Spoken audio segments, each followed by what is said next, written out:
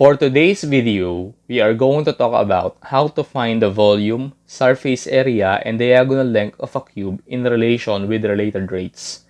So let's say, for example, the edges of a cube are increasing at the rate of 10 meters per hour. On letter A, how fast is the volume of the cube changing when the side lengths are 10 meters? On letter B, how fast is the surface area of the cube changing when the edge length are 6 meters? And on letter C, how fast is the length of the diagonal in the cube changing when the edge lengths are 12 meters? So let us illustrate first the given. So let us draw a cube.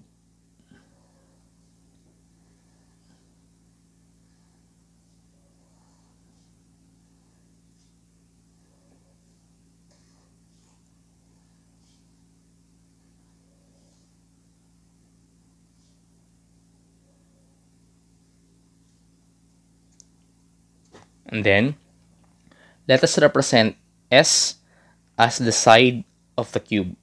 And then we have a given, the edge of the cube are increasing at the rate of 10 meters per hour.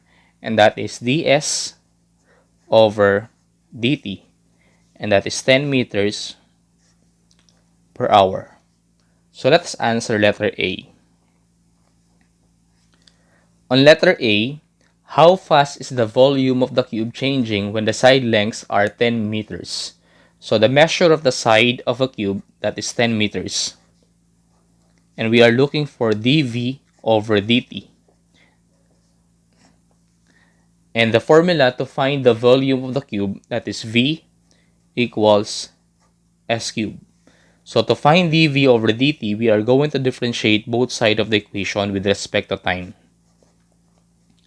So the derivative of v with respect to time, that is dv over dt, and the derivative of s cubed, that is 3s squared ds over dt. And let us substitute the given. Let us have 3 and then s, that is 10 meters, and then square ds over dt, that is 10 meters per hour. So let us simplify. Let us have 3 and then 10 meters raised to 2, that's 100 meters square, multiplied by 10 meters per hour. So let us have 3 multiplied by 100 times 10, that is 3,000. And then meter square times meter, that is meter cube, over hour. So therefore, dv over dt, that is 3,000 meter cube per hour. So this will be our answer on letter A. And then, on letter B, let us have, how fast is the surface area of the cube changing when the edge length are 6 meters? So the measure of the edge of a cube, that is 6 meters. And we are looking for dsa over dt. And the formula for the surface area of the cube, that is surface area equals 6s squared. So let us differentiate both sides of the equation with respect to time to find dsa over dt. So the derivative of sa, or surface area, with respect to time, that is dsa over dt, and the derivative of 6s squared, that is 12s ds over dt. And then let us have 12 and then s, that is 6 meters, and then ds over dt, that is 10 meters per hour. 12 multiplied by 6, that's 72, and then meters multiplied by 10 meters per hour. So therefore, 72 meters multiplied by 10 meters per hour, that is 720 meters square per hour. So the value of dsa over dt, that is 720 meters square per hour. So this will be our answer on letter B.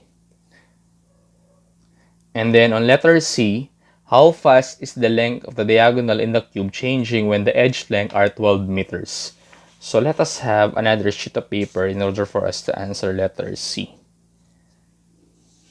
So let me draw again a cube.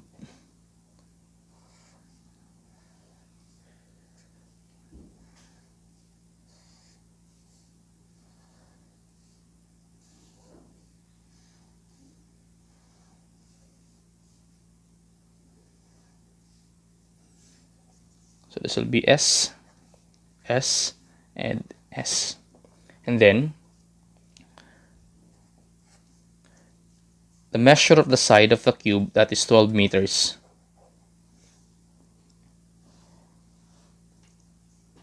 If we are going to draw the diagonal of the cube, so from this point up to this point,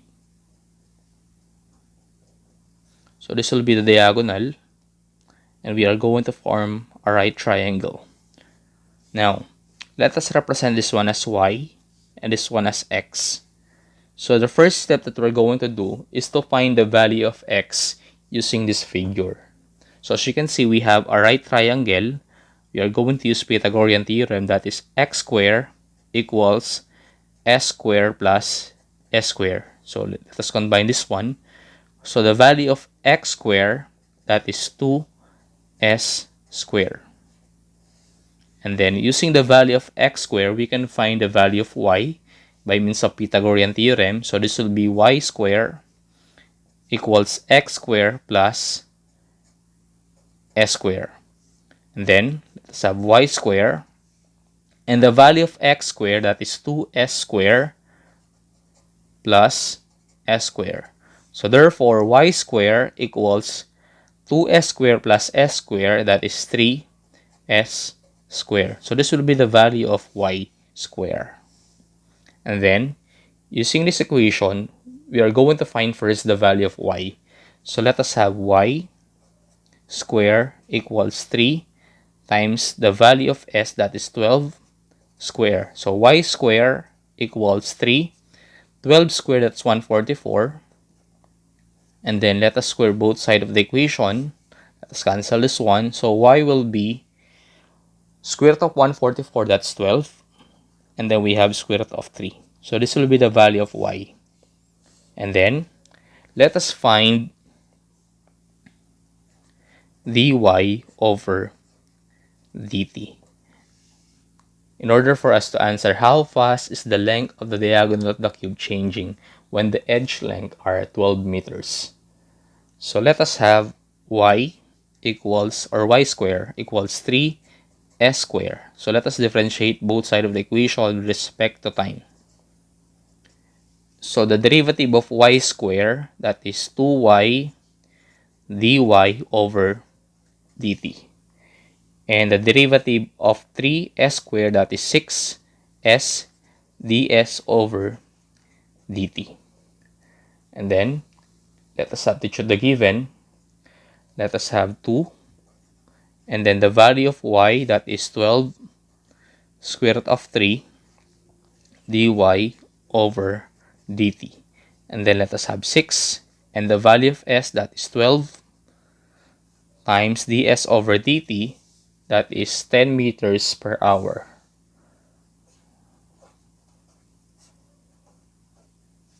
So we can cancel 12. And we can divide 6 by 2. So 6 becomes 3. And 2 becomes 1. So this will be square root of 3 dy over dt. And then 3 times 10, that is 30 meters per hour. And then let us divide both sides by square root of 3. Let's cancel this one. So this will be 30 meters per hour divided by square root of 3. So let us rationalize by multiplying the numerator and denominator by square root of 3.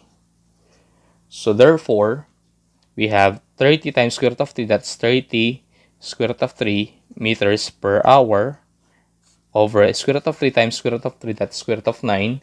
And the square root of 9, that is 3. We can divide 30 by 3. It will give us dy over dt equals 10 square root of 3 meters per hour. And this will be our answer. So I hope you've learned from this lesson. Thank you so much for watching, and if you like this video, just like and subscribe and to be updated to my next tutorial lesson. Thank you so much, and God bless us all.